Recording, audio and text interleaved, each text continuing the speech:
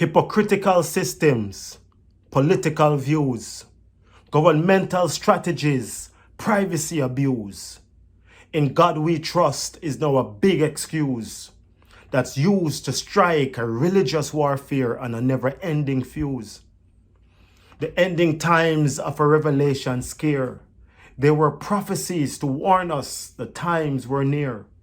Never once ignored what the prophecies had to say. But still in lust, greed, and hatred, we live each day. Anxiety and panic, it's so hard to cope when men and women compare God with the Pope. Bishops getting involved with the innocent and the young.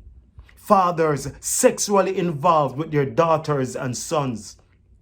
Drapes and capes dragged over our faces. Imposters try to hang us with their shoelaces. They try to trick us to think this is a beautiful place when guilt is written all over their face. The hypocrites and the parasites are sucking our blood, but they will face death by destruction, fire, and flood. I am not judging anyone, but we must sit back and look.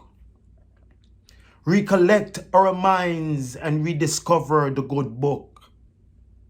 So the hypocrites and the parasite and the dirty governmental beings, of you I wash my hands and cleanse my heart. But I will remember you while praying.